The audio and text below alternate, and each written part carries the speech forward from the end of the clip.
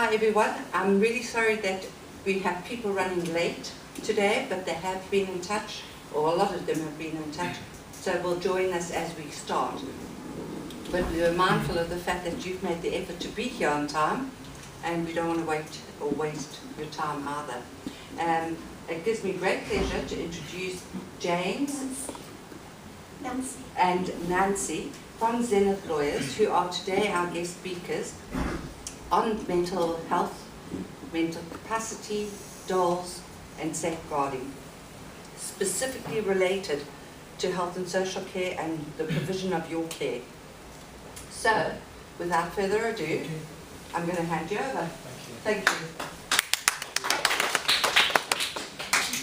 Thank you. Good afternoon, everybody. My name is James. As Daniel highlighted, this is my colleague Nancy, and we're from Zenith Lawyers. So we're a firm of solicitors. We specialise in providing consultancy services to, specifically to the care sector. So, for example, care homes, GP surgeries, domiciliary care providers.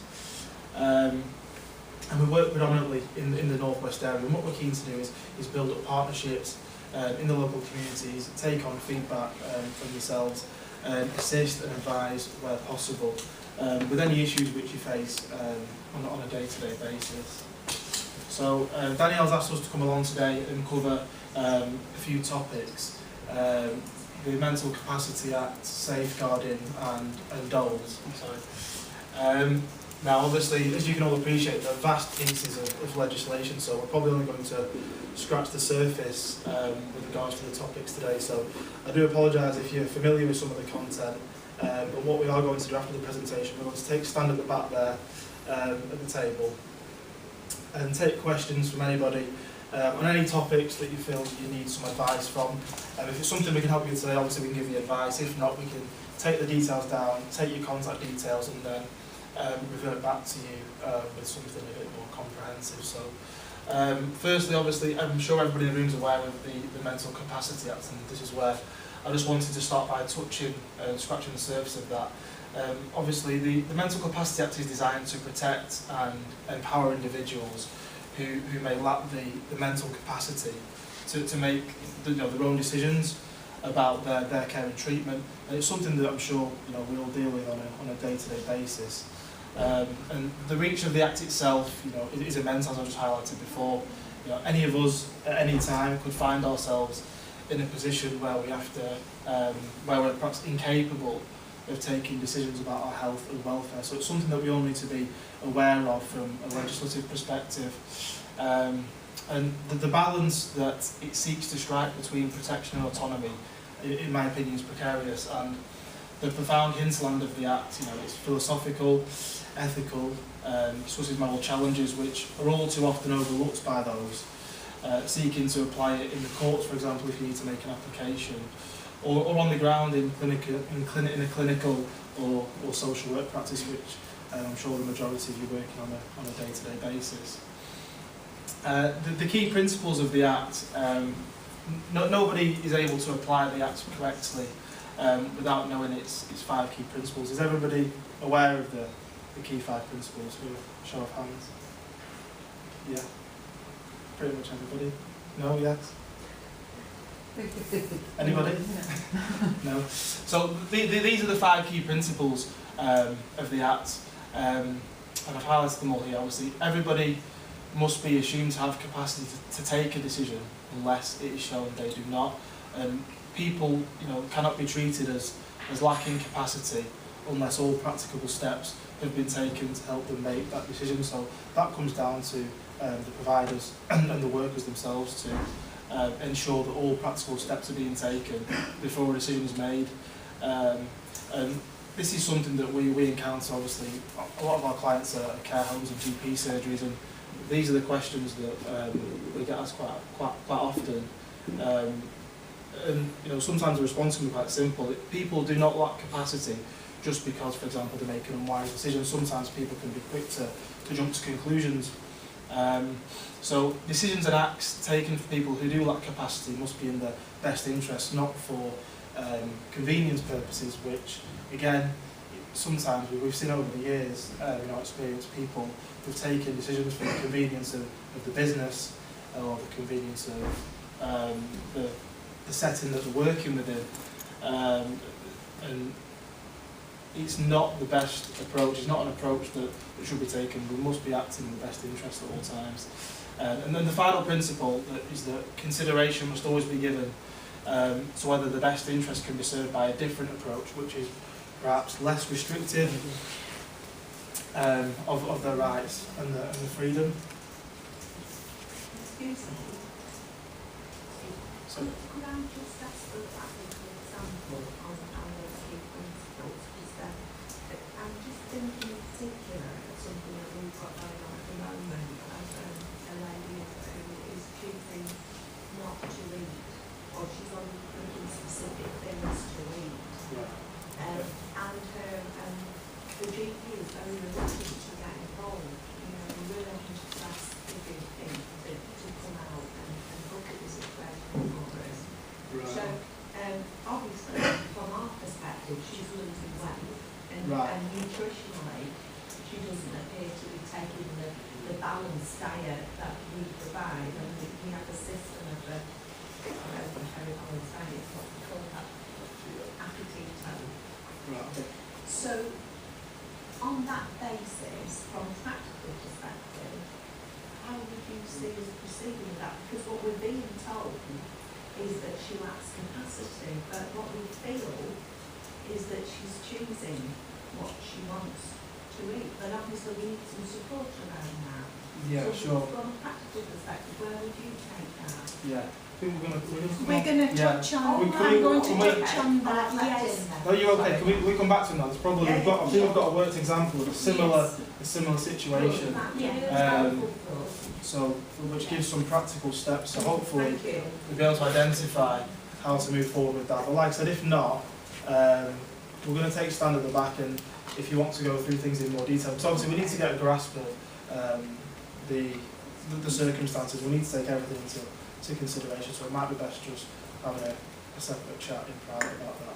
But hopefully we're going to cover that with my colleague's going to cover that with a practical example in a short while. So just moving on to training and awareness. Some of the questions which as care providers or even as employees you should perhaps be asking seniors. Identified 4 points here from a training perspective. Have all relevant staff within the setting been trained with regard to the Mental Capacity Act, and are there robust arrangements for training new staff as well? I think this is the most important one: is how is staff's understanding of the Mental Capacity Act being monitored, because legislation changes, I'm sure you're all aware, annually. Case law can also have significant impact on the Act as well.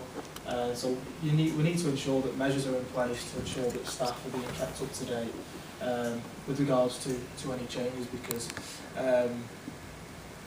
you might find yourself in a position where you've made a decision based on out-of-date law, for example, and obviously there are sanctions which would apply if you were to follow that route. Another thing as well, is everybody in the room aware of the Code of Practice, the Ministry of Justice Code of Practice for the Mental Capacity Act? I mean, this is a document which should be on site at all times, and I think it costs about £17.50, and it's downloadable from the direct.gov website. But having a read of that should give everybody a greater understanding of the Act itself. So if it's not something that's in place at the moment within your individual setting or in the workplace, then it's something that, in our opinion, everybody should have and should be reading. Policies and procedures. How many people in the room are assisted by a third party when it comes to drafting policies and procedures, or is anybody personally responsible for drafting them themselves? Yeah, I can't ask you.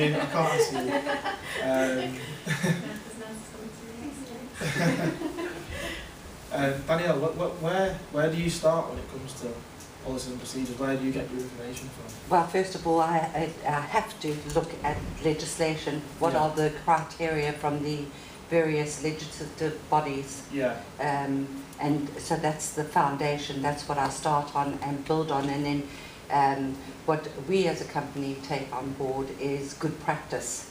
So it's not just about meeting the minimum, you know, the actual criteria, but going above and beyond. Yeah, yeah, I think you're exactly right. And it's one thing having policies and procedures in place. Again, it can almost become a tick box exercise when it comes to the CQC. It's sort of having things in place, and quite often, you know, you just don't get time or the chance to review them or take the time to navigate your way around them and put them into practice. Well, we know they're there, but it's having that understanding of them. And obviously, this is something that we need to demonstrate to regulators, that you have the relevant policy and procedures in place in order to comply with the acts which I've just been discussing. And there's 3 key points which I've picked out from a procedural perspective. In particular, it's that can you show you have the right policy and procedures in place, and that everything's being covered. You know, ensuring that the best interests is central to decisions about the care of service for users who lack capacity. So as Danielle highlighted, it's not just meeting the minimum standard; it's also going above the minimum requirements. So I'm going to hand over to my colleague Nancy, who's going to touch on safeguarding and Dols. So a lot of the queries that we get from a lot of the care providers are surrounding safeguarding. Since I've been with the company, I found that there's a very fine line between the NCA, the NHA, safeguarding and the Dols. It's which avenue to go down. Now they're very interlinked, as you go on to see. Safeguarding in itself, protecting residents' rights to live freely, free from abuse, free from neglect. People and organisation all collaborating together, ensuring you've got GP notes to hand, your notes are passed on to the GPs to create a profile for the residents should a situation arise, making sure the residents' well-being is promoted, taking their views, wishes, feelings and beliefs into account. We get quite a few queries regarding safeguarding in terms of neglect, degrading treatment, unnecessary or disappropriate restraint and inappropriate limits on their freedom. We've had a couple of queries in relation to neglect, what James has taken from a lot of his clients, haven't you, James? Yeah, that's right. It was quite recent that we did have a case of neglect with the care homes. And these are issues that we deal with when we work with businesses on a day-to-day basis. And these are typical issues which Nancy's quite rightly highlighted. Typical issues which you'll face on a day-to-day basis. Yeah, and some of in relation to safeguarding as well, it amounted down to degrading treatment, where we had let's call him Jack, for example, was doing a jigsaw. Now he was doing the same jigsaw for 4 weeks, day in, day out. And that was the only activity that he did. Now, when the CQC inspector came in and watched Jack do this jigsaw, it was highlighted that they weren't safeguarding him because he wasn't given an opportunity to do any other jigsaw. Yes, he liked to do this jigsaw, which was of a London bus, but was he given the opportunity to do some other jigsaws? There was nothing else put besides him. Every morning when he'd come down, the bus jigsaw was put in front of him. Now it transpired that he wasn't given a range of activities to do, and as a result of this, they were neglecting him, and there was inappropriate limits on his freedom. He wasn't given the opportunity to do anything else. So as you can see, there's a very fine line between everything. So moving on to Dols, which is very in line with the safeguarding. In March, one of the main cases that we got is the Cheshire West case. I don't know if anyone's read the judgment on the Cheshire West case. I can email you a copy through that summarises everything. Now they came into the conclusion using the Article 5 of the European Convention that the person is under continuous supervision and control, is not free to leave, and the person lacks capacity to consent to these arrangements. And it also transpired that a person's mere compliance can also be the extent of their care arrangements, the purpose of the deprivation of liberty, and the extent to which it enables to live a relatively normal life. So just because one of the residents isn't disagreeing, it doesn't mean that they're also agreeing as well. So I don't know if you've had any situations that take note in similar to that. So for example, putting a plate of food in front of them eating that, it doesn't necessarily mean they want that food, where it comes back to yourself. Now I've got a really good example of the food situation, so I'll move on to that. But after the 2014 case, there was 137 Dols applications that were submitted. Now prior to this, there was only 13,000, so it just shows how much clarity the case gave to a lot of applicants. Now, the assessment criteria, I mean, has everyone in here done a Dols application? So I won't go through this. I'll move on to the next slide. So the fact that the care home doors are locked, for example, doesn't necessarily mean that they're being deprived. Again, the fact that they're unlocked and people watching their movements could be considered as depriving them of their liberty. So what we must consider is what is in the best interest of the person, what is in the best interest of the resident, and also is there any other less restrictive care regimes that we could put into place. So again, we're going back to the Mental Capacity Act and the mental health, or just considering a risk assessment as well and working around the needs of the resident. So the Cheshire West case highlighted quite a few points. Keypad entry system could be seen as restrictions on a person's mobility, care plans that the person will only access the community with an escort, set times for visits, set times for access to refreshments and activities, and limited choice of meals as well.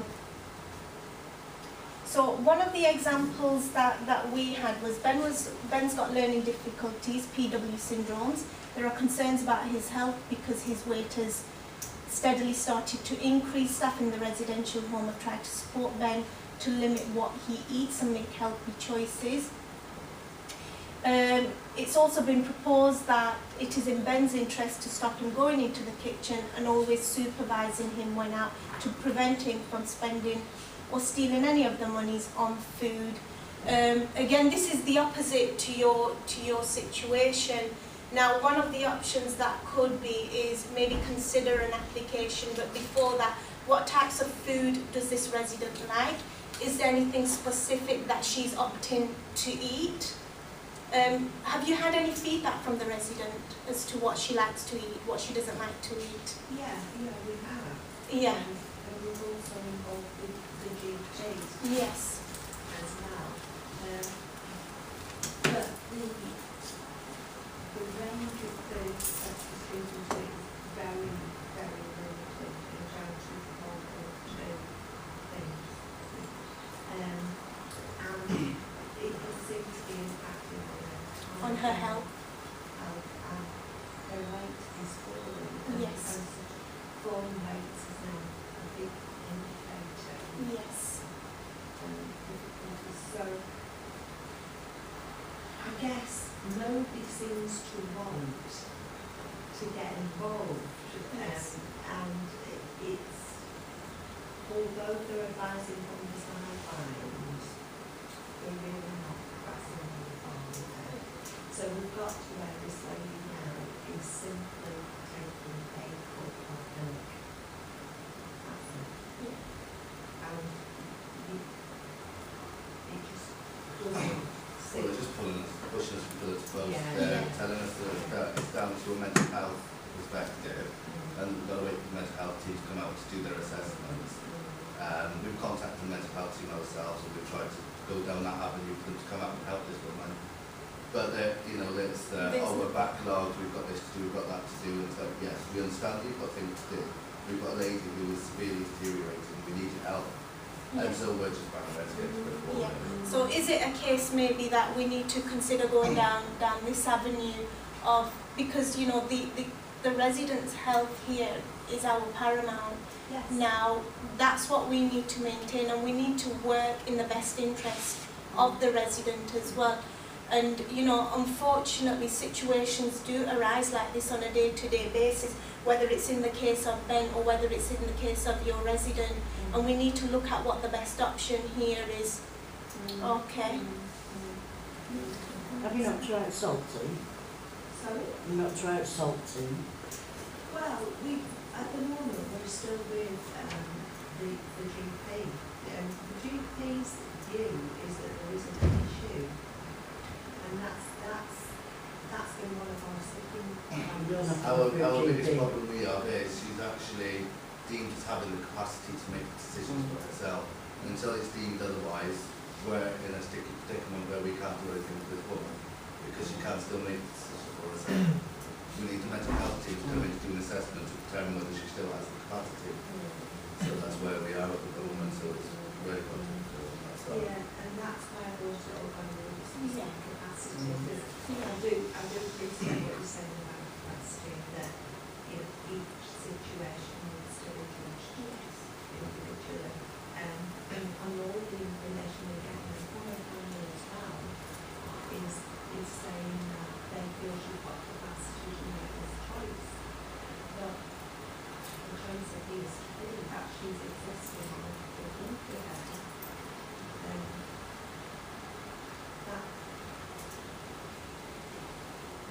talking about that Doesn't seem like it. No. And so it's just, I mean, I'm not expecting any answers, because obviously there are answers, but I just thought it'd be useful to maybe talk it through.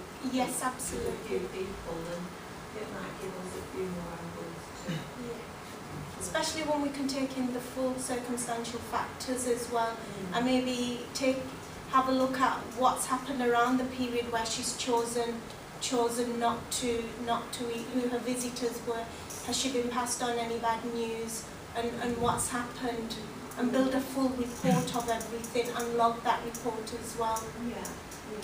Yeah, I think I'm a bit concerned with the delay in the mental health assessors. I don't understand.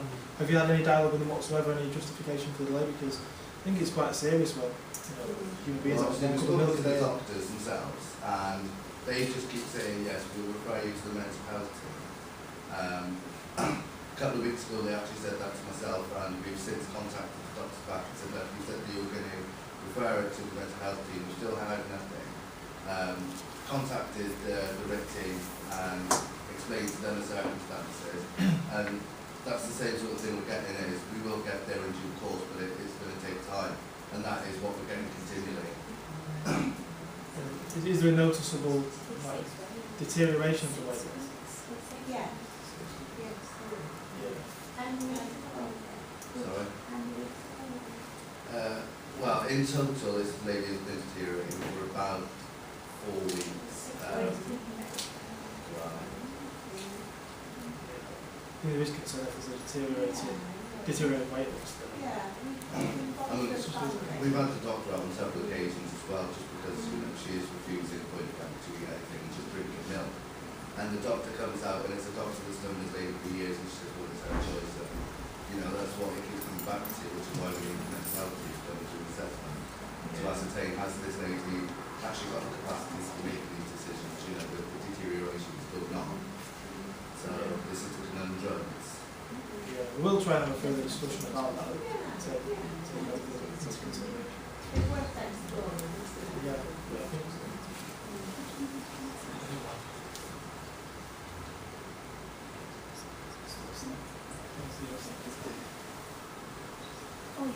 So we've got Brian. He's been living in a nursing home for the past 3 years. Recently he's become very agitated and distressed, which is linked to his dementia. He tells people he wants to go home, not remembering that he gave up his flat when he moved into the home. Now, this is a very common question, what we get calls on. Brian has escaped and he's wandering outside alone. Now it comes back to how urgent this is. Now we would recommend in an instant like this to get an urgent authorisation and arrange for the window locks to be fitted on the same day. So in terms of giving them freedom, He didn't have any locks on his window. He was able to open them as and when he wanted, how much he wanted as well. So Brian, in this instance, he's had to have the little safety locks put on his window to protect himself. We did advise for an urgent authorisation to be taken place in a situation like this as well. It is important that we think about the safety of other residents as well. If Brian was to leave one of the doors open, you know, it opens a whole floodgate to other residents that are living in the care home as well. Was it a Dols application? Yes, it was. Yeah, it was an urgent application. Yeah. Can I just ask you a question? Obviously, you know, I do domiciliary care. Yes. Sometimes it's really to know that they've got to have a safe in their home. So they don't have the act, the key, they've got access to areas and there's no responsibility. They shouldn't have access to Sorry, do you? No, I think they need an assessment. I think so, yeah. Yeah. It would be best place to get the assessment done, for sure, yeah. I think so, yeah. So, as I said at the start, you know, we've really only just scratched the surface with those topics. It's so vast we could probably stand here all day talking about those. We are going to take stand at the back of the room, so if anybody's got any questions or queries, whether or not they're related to these topics or not, we're more than happy to engage with people and take some contact details down and liaise with you further after today, if needed. So we're going to wrap that up. And I'm not sure where Danielle is. She just popped out. Right. Has everybody had tea and everything? Okay. Just have a break for a minute then until Danielle gets back. I'm not sure if she wants to. I'm sure she will have a few more words to say. So I'll hand it back over to her when she comes back. Okay. Excuse me, can I ask you a question about 1 minute, 6 times?